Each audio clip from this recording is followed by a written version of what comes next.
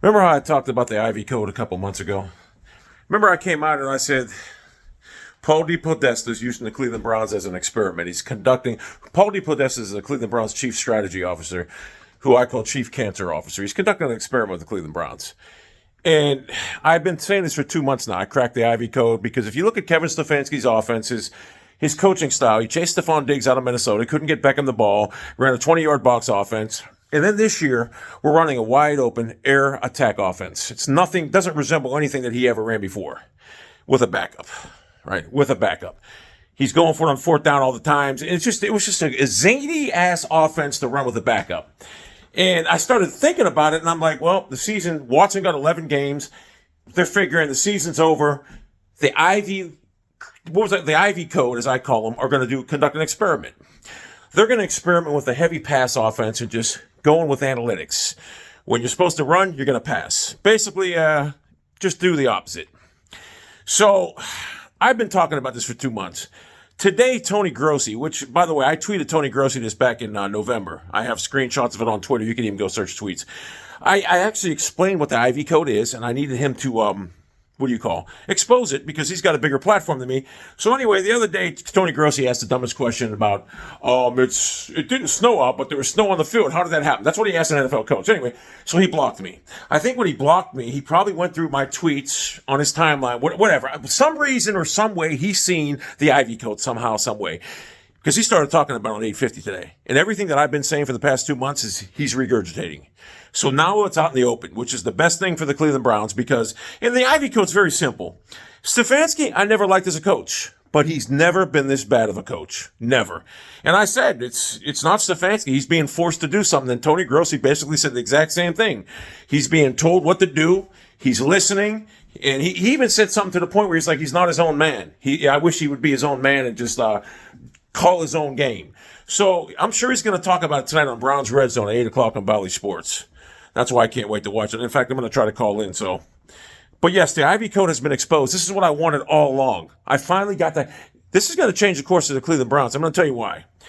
I would fire Stefanski, Depodesta, the whole regime. I'd keep Andrew Berry as a salary cap guy. I would get a football guy in there for the GM like John Dorsey and a football coach. Give whoever, Sean Payton, full control. You got to get rid of Depot. But what I think is going to happen is I think Jimmy Haslam probably will keep Depot. And I think he's going to keep everything the same, which I don't know how you can, because how are them players going to look at your head coach knowing that he's been a puppet for the last year under the strings of a baseball nerd, Paul Depodesta? So I don't see how you can keep Stefanski. There's going to have to be a major shakeup. But what I'm saying is I exposed this, and now, thank God, Tony Grossi found it, and he's starting realizing it, because it's going to come to light now. And someone's going to do an in-depth study on it, and they're going to find exactly what my results were. It's going to get out in the open, because the Cleveland Browns, make no mistake about it, we have the talent. We have the quarterback. But I got to tell you, I don't want Watson in this offense with Stefanski, because if you look at Stefanski's offense, it's horrible. Once they figure him out after his scripted plays, he can't make adjustments in game. He's just a terrible play caller and a terrible coach. This is the best thing to happen. Now it's out in the open. Something will be done about it. If just Jimmy Haslam looks like a jackass out because the whole public knows what he's doing, that's fine. If nothing gets done about it, that's fine. People know about it now. They know why the Cleveland Browns are struggling. Deshaun Watson knows about it now.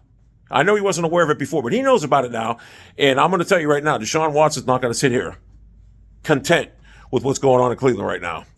So I'm so glad it's out in the open. That's why, if you notice me, remember I used to make videos all the time about the Cleveland Browns, win or lose. Every week, Sunday, you can expect a video by me. I don't even do that no more. You know why?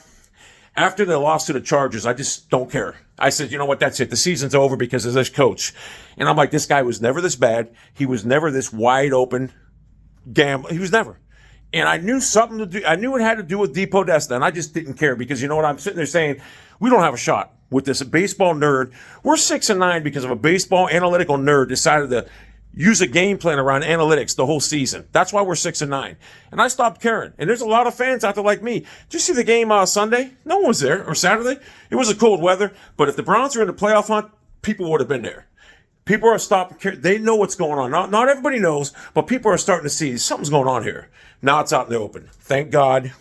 And I can't wait to watch Browns Red Zone. I'm going to try calling. They usually have the same fucking calls. I know Gross is going to have to expand on it today on that show. I'm glad that he jumped on my bandwagon because you know what? This needed to be done. In fact, I tweeted him with the intention. If you go look at my tweets, I said, please, for the love of God, Tony, get this out there. I wanted him to. And I'm glad he did it. So it was like a miracle that I went out there and I called him out for asking the dumbest question because now we may have a legitimate chance of getting a real head coach and maybe even a real owner. Maybe the NFL will force Haslam to sell the team because he's basically he's basically coaching the team himself, him and Depodesta. It's the Ivy Code. And you're going to hear a lot about it on Browns Red Zone tonight. I can't wait. I'm pumped up. So anyway, that's why I wanted to make a video. That's why I don't make videos on the Browns no more, because I knew this was going on. And I watching the games, I knew there was a reason we weren't winning, and I just stopped caring about football. I watch it. I love the game, but I don't care about the Cleveland Browns no more. I wish Deshaun Watson would demand to be traded, and wherever he goes will be my new team. That's how I feel with the Browns right now. I didn't want to have to come to this, but I just don't enjoy the Browns no more because I know I have a baseball analytic nerd ruining my season. So, and he did. He ruined it. And those players, there's no way Stefanski can get the respect in them players. He don't even have it now. What are they going to say when they find out what they probably already know anyway, but if they didn't, what are they going to say now when they know that their head coach was a puppet on the strings of a baseball analytical fucking nerd? So,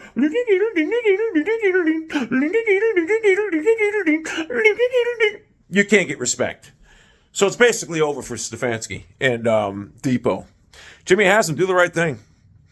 Hire a football guy and a football coach. Get rid of these two clowns. You have the quarterback and the talent to contend next year, maybe even win a championship. You ain't going to do it with this Ivy crew. No fucking way.